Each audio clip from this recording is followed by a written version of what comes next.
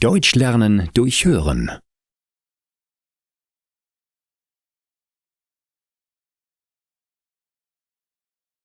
Schau mal, Liebling, unsere Betriebskostenabrechnung war im Briefkasten. Oh, da bin ich ja mal gespannt.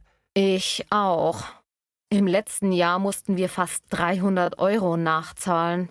Na, dann mach schnell auf.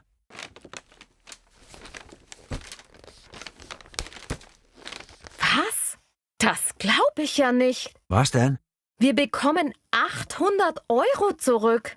Damit hätte ich nicht gerechnet. Das ist doch super. Dann können wir uns ja doch eine PlayStation 4 kaufen. Träum weiter.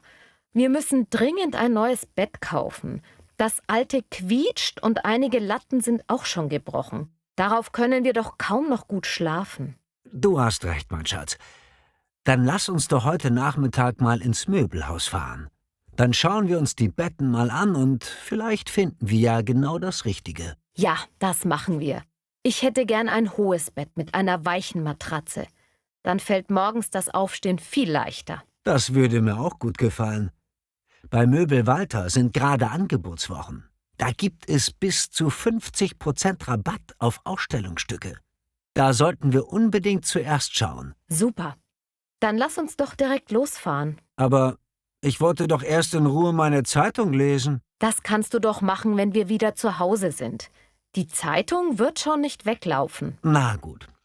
Ich merke schon, dass du dich sehr auf ein neues Bett freust. Du gibst ja keine Ruhe, bis wir endlich losfahren. Das stimmt.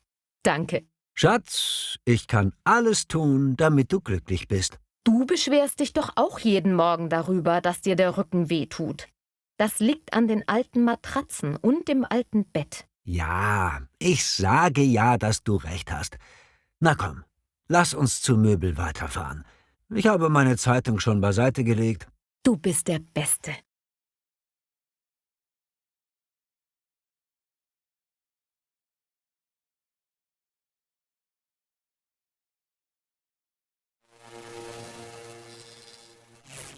Deutsch lernen durch Hören.